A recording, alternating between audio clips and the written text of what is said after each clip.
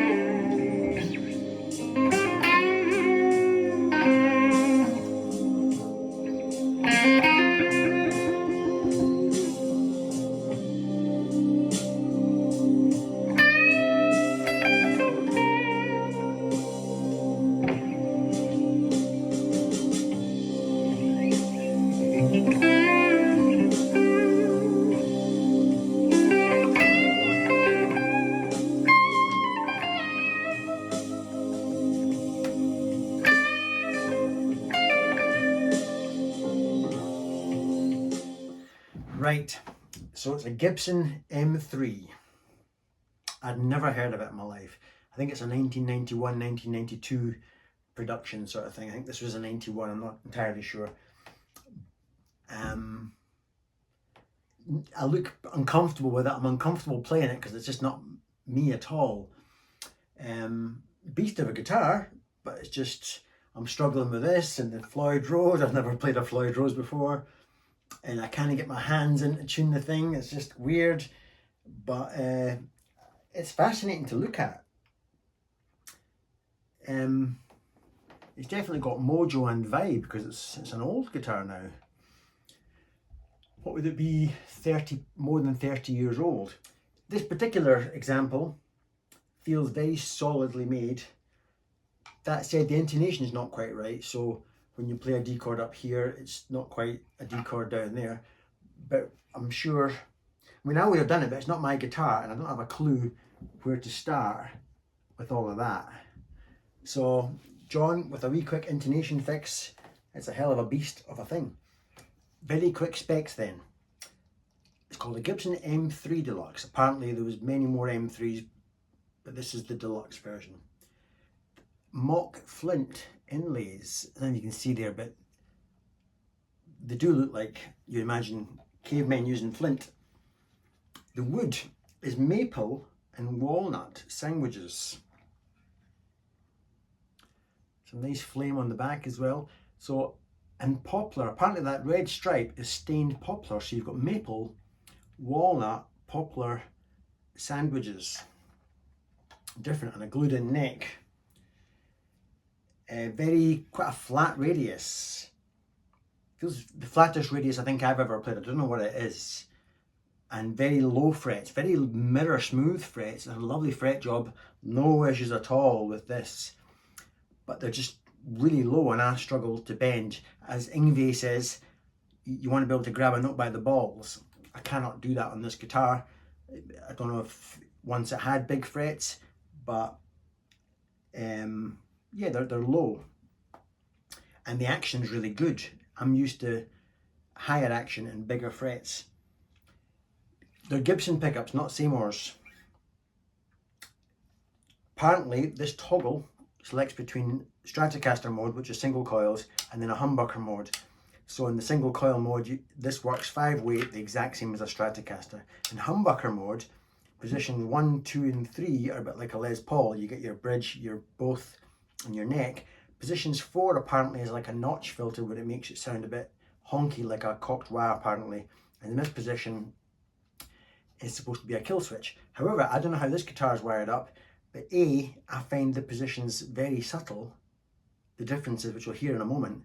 And this is not a kill switch on this guitar, so I don't know how this one's been wired up. Who knows? It's also got some crackling. Let's quickly show you what I mean about the positions on the selector. Right, let's do the tones. I'm on the single coil selection. I'm just going to go through from trebly to bassy through all 5 Stratocaster positions. So here we go.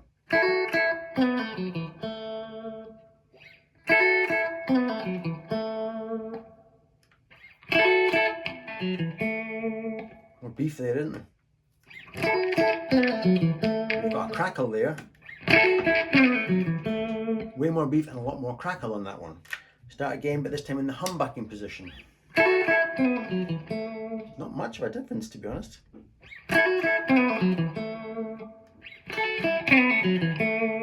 Definite more honk there. There's the crackle. And then on the final, a lot of crackle there. So there you go, the Gibson M-III Deluxe. Thank you very much, John, for putting me out my comfort zone big time. But it was a great opportunity to play such a rare guitar. Probably, I mean, I'll never play another one, I don't think. I'll never come across another one. So thank you very much. I will now return it to you. Let's now do a wee guitar lesson on the Telegraph Road thing. I'm going to use my Strat just because that's intonated. This needs a little bit of intonation work. And then I'll finish this video with a little bit more Martin Knopfler on this guitar. Right, so the chords then, right? So D minor, F major, G, D major, D minor, F, C, G, D major. Bringing it in. See that with my right hand? So Martin Knopfler is all about the dead notes and the suggestions of notes that really aren't ever there. Yeah. I think I'm getting 3 dead notes and 1 real, am I? Yeah, 1, 2, 3 real.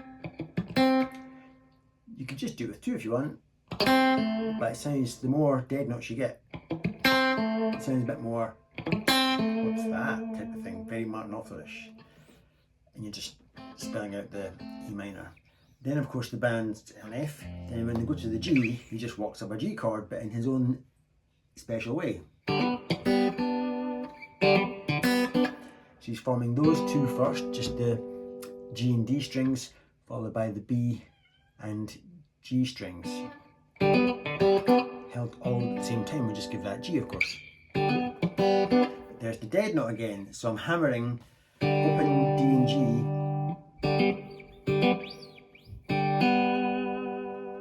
Martin Knopfler does this all the time.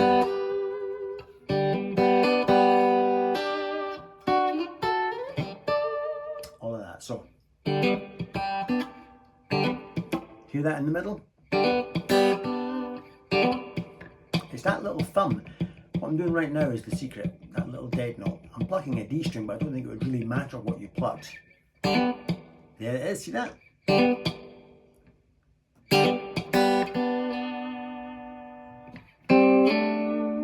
to your D major. I'm just playing the D and G strings, so I'm really spelling out neither major or minor, but with the backdrop of a D major, it sounds lovely. And as we go back to the D minor. Easy enough. And do a wee.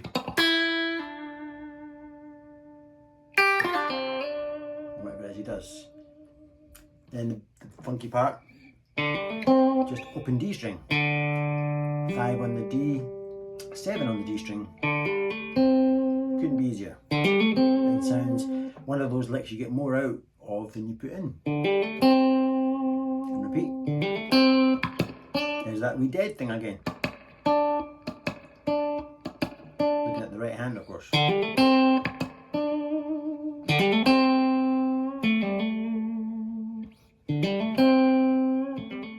Lots to be had in that key of A. You can do lots of great stuff with the open strings, like.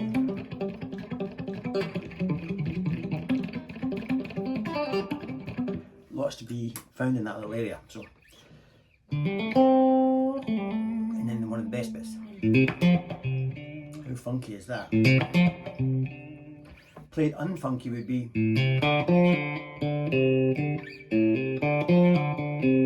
That's the notes I'm kind of suggesting. 0, 3 on the A, 0 on the D, 3 on the D.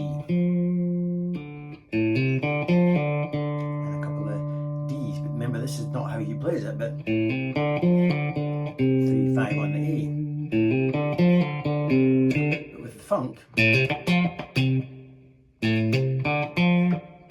that is the secret, that one little dead note there.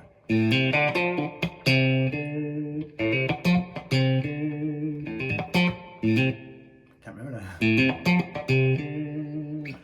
Right, practice that. What then does he do? Oh yeah. What? That's right. And then of course we double timing it. The band's really cracking now.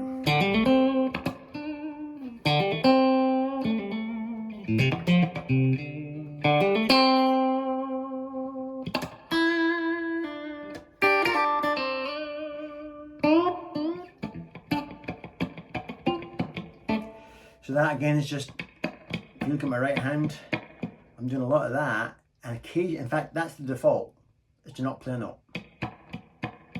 But occasionally let a note escape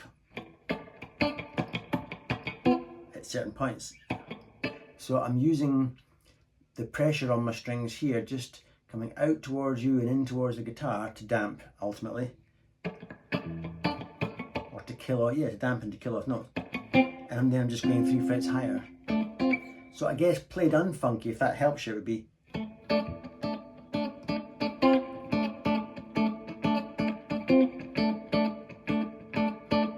That's kind of as best as I could simulate it without the funk. And I've got a rocking back and forward. The thumb's doing a D string downstroke. And my first and middle are bringing the G and D up the way.